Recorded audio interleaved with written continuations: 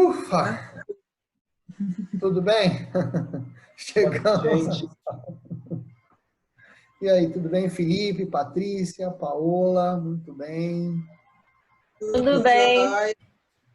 Olá, tudo bem? Olha, gente, hoje foi corrido. Também. Tem aí, consegui. Cravado. Geralmente eu entro 15 minutos antes. Bom, vamos ver quem mais está aqui, para ver se a gente espera um pouquinho. Bom, então vamos dando uma resumida, né? Como o nosso tempo é muito curto, tá? Eu vou dar um resumo hoje do que a gente... Vocês estão vendo aqui minha tela? Sim. Tá bom. Então vamos dar um resumo do que a gente, até agora, né? Nós estamos no capítulo 9, indo para o capítulo 10 e 11. E a ideia é a gente, nesses 2 dias, acabar 10, 11, 12 e 13, os capítulos, né? Bom, então a gente estudou, capítulo 1 todo é a introdução do curso, né? Introdução do que é, mas aqui a gente já fala o que é perícia, né? A parte 2. Então a gente estudou a questão de perícia, o que é a perícia. A gente bateu muito desde o início a importância da análise documental, né? Não só em perícia, né? E a gente aqui, nesse capítulo aqui, além da diferença entre assistente técnico e perito, lá no final a gente tem um fluxo, trechos do novo Código Civil, né? E a gente, do CPC, e a gente tem um fluxograma que a gente viu aqui, desde a petição inicial, contestação, enfim. Então, isso aqui é para a gente dar uma retirada desse aqui, que nós estudamos avaliação, todos os conceitos básicos do que é valor, avaliação, a formação do valor, né? E os conceitos básicos de formação de valor, rentabilidade, potencial, capacidade, aplicado isso à avaliação de imóveis, as áreas do conhecimento, já começamos a dar uma noção de toda a área, e aí a gente foi área por área, operação, finalidade, stakeholder, mercado, nicho do mercado, produtos, e as características do produto, nós fomos, a partir daqui, iniciamos com os conceitos básicos e fomos entrando, né, aqui a partir da aula 2, as áreas de atuação, né? Aí a gente deu um break aqui e falamos muito da área de atuação, do decreto federal, das leis, né, de atuação de engenheiros e arquitetos para avaliação, engenharia de avaliação, as áreas de perito, assistência técnica dos bancos.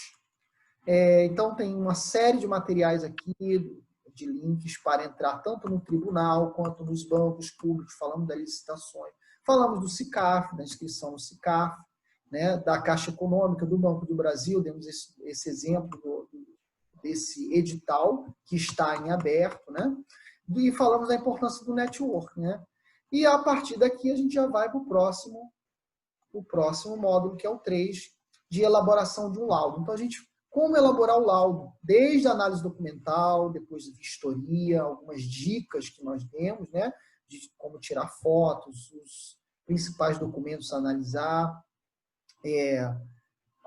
Falamos desde a capa, índice, toda a estrutura do laudo, as caracterização de acordo com a NBR, foto, mapa, resposta a quesitos, né? Objeto pericial. Demos um passeio num laudo básico, plantas, né? Pesquisa, mostramos a coleta de amostras, conclusão do laudo e anexos, documentos em anexos. E aí o 4, nós entramos especificamente em toda a área do conhecimento. Então, cada uma dessas aqui, operações de negócio, compra, venda, leilão, litígio, tem uma série de exemplos aí, as finalidades, compra e venda, garantia, valor em risco dos sinistros, tem financiamento, leilão, correção de IPTU, então tem stakeholders, desde o juiz até as empresas, advogados, consultores imobiliários, enfim. Então, fomos em cada uma dessas áreas, os nichos, mercados, nós demos um passeio em toda a área do conhecimento do negócio, né? Nesse capítulo aqui, as áreas do conhecimento, que é muito extensivo. E aí a gente já pode ir para o próximo capítulo, que é o 5, as características do imóvel. A gente começou a falar das principais características, os 3 principais grupos, da região, do avaliando e das específicas, né? E a importância da análise documental, da vistoria para isso, porque a gente está Entre a análise documental e a vistoria e a caracterização do laudo, de acordo com a NBR, a gente está caracterizando toda a região, o entorno, o mercado, né? O avaliando, e as específicas, uma vaga, uma vista, né?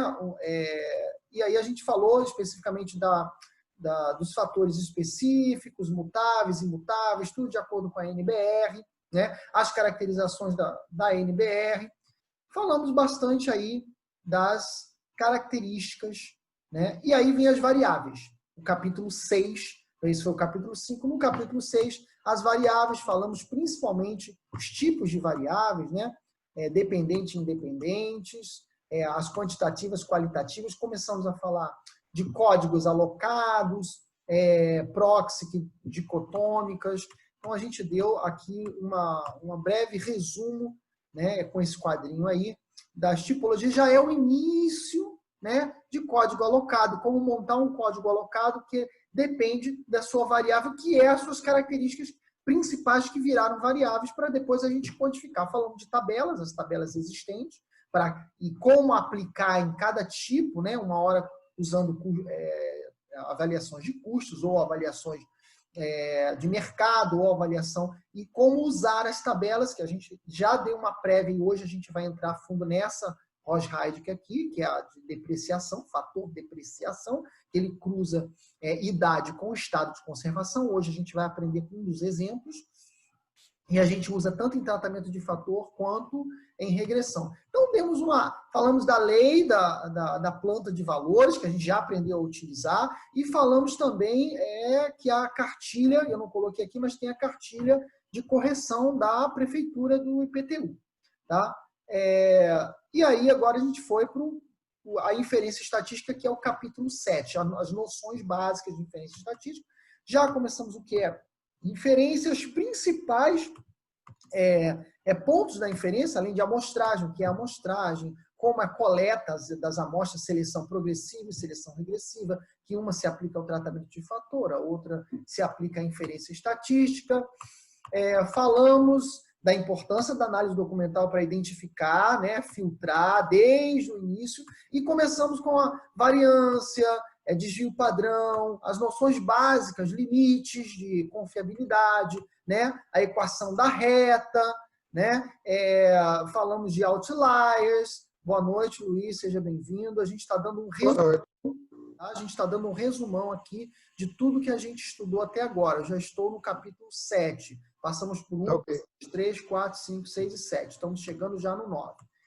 E aí todo esse conceito básico, né, coeficiente de correlação, de determinação, o F de significância, F calculado, são o início, o básico.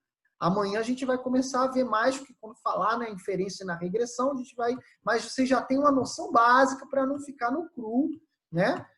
Correlação, modelo, tudo isso são testes de hipóteses da NBR, que está utilizando a inferência estatística como ferramenta. Então, são testes, a gente já falou dos limites, né? Para o F até 5%, né? As correlações, quanto mais próximo de 1, então 0,9, 0,95, 0,91, são muito bons. Então, a gente já começou a ter de correlação, né? O R e o R ao quadrado e o R ajustado.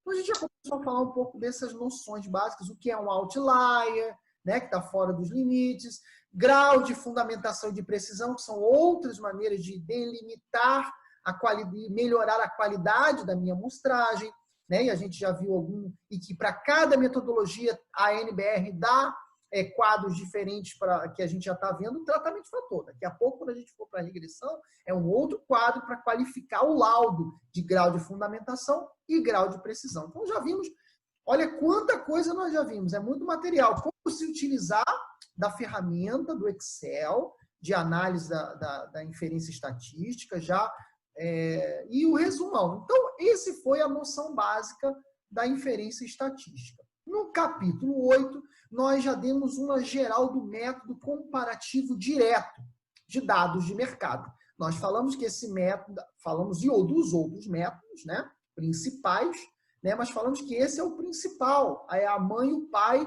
da NBR 14.653. E que esse método, todos os outros dependem, de certa forma, em algum grau desse, né? falamos do involutivo, do evolutivo, do rentabilidade por custo, né? Fluxo de caixa. E que cada um desses a gente de alguma forma vai precisar. E que o método direto, ele pode se abrir em duas vertentes, né? Tanto por tratamento de fator, quanto pelo laudo completo, que a NBR fala, que é pela regressão linear e inferência estatística. Então, a gente já está estudando agora tratamento de fator. A partir de amanhã, a gente vai entrar, é o último dia, são 8 horas a fundo da regressão linear, tá bom? Então, todo esse capítulo aqui foi o método comparativo de dados, né? Grau de fundamentação, planejamento da pesquisa, tem uma aula aqui toda, primeiro passo, como fazer filtragem, como usar a ferramenta, né? Para planejar sua coleta de amostras, como usar a tabela de homogeneização, né? E já deu uma noção básica. E aí, no próximo capítulo, a gente entrou mais a fundo, que é o tratamento de fator 9. Aí nós começamos a entrar mais a fundo nos fatores. Fator fonte, fator área, a fórmula do fator área, fração ideal falamos depois, né? Fração ideal. Depois nós falamos localização, que podemos usar a planta dos valores venais do rio ou fora do rio, criar códigos alocados. Nós vamos ver um exemplo sobre isso. Já dei um exemplo desse terreno, como a gente fez, abrir o campo de coleta de amostras usando um exemplo de código alocado para a localização. Idade, como calcular a idade, aí falando de fator valorizante e desvalorizante, como utilizar esses fatores, o que é o fator, como calcular fator idade, vaga, e aí a gente começou a entrar, né? Aqui, ó. Isso aqui foi bem legal que mostra, né, o que é o fator valorizante e desvalorizante em relação ao meu avaliando, né, e por que aqui a gente mostrou multiplicações de fatores, né? E, enfim, eu acho que todo mundo já percebeu, e tem alguns exemplos, a gente deu vários exemplos, quando a gente multiplica fator, na minha amostra, quando eu multiplico fatores acima de 1, 1.1, 1.2, 1.3, eu estou depreciando a amostra, valorizando o meu avaliando, né? Então, tudo isso aqui, a diferença da média dos valores coletados no mercado e quando a média é homogeneizada, que é quando eu aplico os fatores, há uma média, uma diferença, a gente mostrou, quando a gente aplica esses fatores. Já para fonte e área. Depois a localização. Idade, vaga, e aí a gente viu vários outros fatores aqui, né? E tem um resumo de vários outros. E aí o próximo capítulo, que é o 10, é o tutorial da planilha, né? Que é amanhã. A gente vai pegar esse aqui amanhã, o 10 e o 11. O 11 são só os exercícios de regressão, né? Então já estão lá na Hotmart para vocês baixarem tanto a planilha, tanto essa aula, quanto a planilha em branco, mas a gente vai ver amanhã. Então hoje a gente vai acabar o tratamento de fator, que é o capítulo 9, e amanhã a gente faz o 10 e o 11, e aí dá um pequeno ampassando no 12 e no 13, que são conceitos básicos, né? Não dá para eu entrar a fundo no método involutivo e evolutivo, mas dá para eu pelo menos dar um cheirinho para vocês não saírem daqui sem saber o que é o método involutivo e o evolutivo, né? E aí tem 2 exemplos no material que vocês vão ficar em PDF, 2 laudos completos, tanto para método involutivo quanto evolutivo. Então, vocês podem continuar estudando esses 2. São laudos da minha empresa, que eu coloquei aí trechos, né, desse laudo. Quase ele todo pronto. Sim. Capítulo 12. Então tá aí, ó. Para que vocês tenham um norte quando pegar um trabalho de gleba rural, tá bom? Aqui, ó, como que é essa avaliação da gleba, a referência. Lembra que a gente falou, eu falei tudo isso, ó. Aqui, por exemplo, é o Pellegrino, 1983, né? Ele criou está no Manual Brasileiro de Levantamento e Capacidade de Uso do Solo, né? Então, são referências de como se avaliar a terra. Nota do negócio. Tudo isso aqui que vocês estão vendo é uma avaliação, a caracterização de um terreno rural, que é diferente de urbano. Felipe? Felipe, olha só. Tá vendo essas 3 planilhas aqui? Você consegue ver o meu mouse? Tô vendo. Então, as 3 planilhas, eu só estou usando K2. Aqui, ó. A tabela 1 da NBR, do item 2, que é isso aqui que a gente está falando, é a quantidade. Qual a quantidade se usar? A quantidade de amostras depende de quê? Ela é 6 vezes K mais 1. O que é o K? Ah, O que é o K, Felipe? oi. O que é esse K aqui? Ai, Número de variáveis tá, independentes. pergunta. Isso. É esse aqui, ó. São essas duas aqui. Isso Tá que eu botei certo. aqui 2, ó. Perfeito. Tá? Então, Perfeito. mas eu posso usar 3, olha. E para K3, para eu estar no grau 3, eu coloco aqui na fórmula. Para eu estar no grau 2, eu coloco na fórmula. Tá aqui, ó. Em vez de 6 aqui, eu já multiplico por 4. E grau 1 eu multiplico por 3. Tá? Igual Matou. aqui. Matou? Matou, valeu. Tá bom? Então eu posso usar 2, 3 e 4. Lá ali eu estou usando aqui, ó. Essa aqui tabela, mas eu posso usar essa aqui, ó. Na verdade, o que a gente acabou de falar, eu usaria aqui, em vez de 30 amostras, para eu estar no grau 3. Eu ainda posso ficar no 2. Posso usar 16 amostras só, para 3Ks. E aí eu colocaria aqui o meu fator de depreciação. Pronto, só isso. Olha, jogo a área que eu falei para vocês homogeneizada, jogo o valor venal do meu, que é 8.428, o mais caro ali, tá? Jogo o acabamento, que eu fiz, dei nota 40, e jogo a minha idade. O acabamento, eu fiz uma escala também de acabamento. Pronto. E aí eu verifico, ó, altíssima linha de inferência. Vamos ver aqui se passou. Qual o grau? Todos aqui, ó, eu estou no grau 2, só por causa desse aqui. Eu fiquei no grau 2, tá? Não passou aqui. No grau 1, na verdade, ó, não passou no 2 esse aqui. Então eu fico no grau 1, tá? Por isso que tá aqui grau 1, ó. Tá? O que mais? Tudo fortíssimo aqui. É uma boa inferência, amostragem. Só esse aqui que me fez ficar travado, tá? No 1, mas eu podia até ir para o 2. Até, na verdade, se eu melhorar essa inferência aqui, se eu der uma olhadinha ali, eu posso até melhorar aqui. É porque, às vezes, a gente fecha do jeito que tá para não ficar também enrolando demais, senão o angu cozinha demais. Aqui eu só usei um código alocado, então são 3, de todas aquelas 30, 3 tem que estar igual ao meu, tá? Igual ao meu, com 40 de acabamento e o código alocado que eu usei, que foi o acabamento, né? E a depreciação. O que mais? Aqui, ó, passou no grau 1, como eu falei para vocês, né?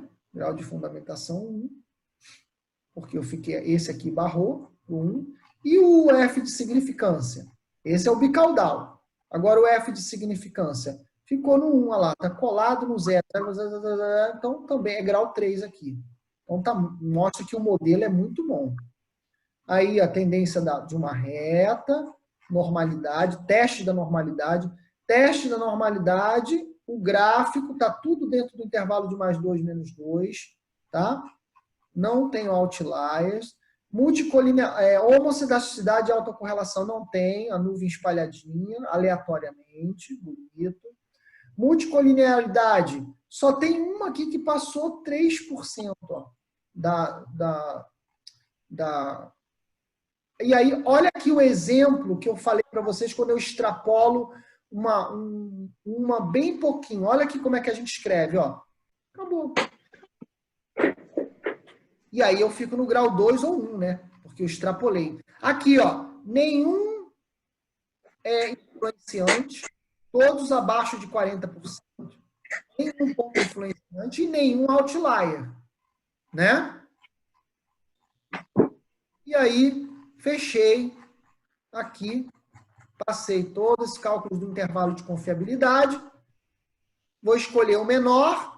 Olha, lembra que eu falei a vocês, quando a inferência começa a ficar a ficar não tão boa, a tendência do intervalo é ir aumentando. E quando a inferência é muito ruim, você vai ter que escolher esse aqui, ó, porque esse aqui será maior que esse. Tá? Aqui não é uma inferência ruim, mas também não é excelente. Ela está mediana. Então, o intervalo de confiabilidade está 20,41.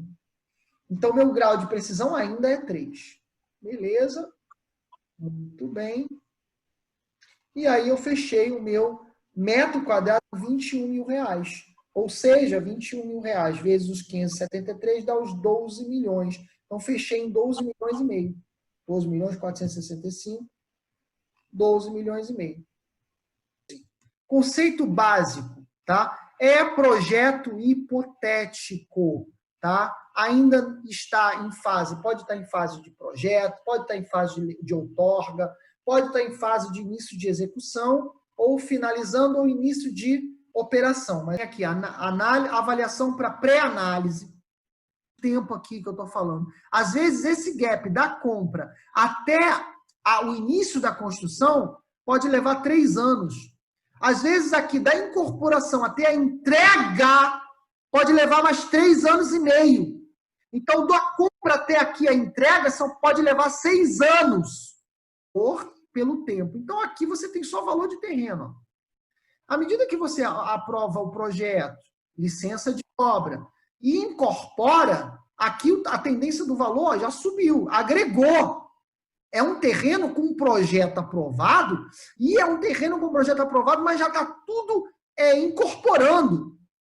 E a tendência é só subir, só subir, só subir até a entrega da obra. Depois da entrega da obra, a tendência é seguir o mercado e depois vai caindo. Por quê? Porque a vida útil do imóvel vai perdendo a vida útil. Ou seja, tem material à vontade para vocês estudarem, conhecer bem, né? Enfim, então eu acho que eu consegui dar um resumo.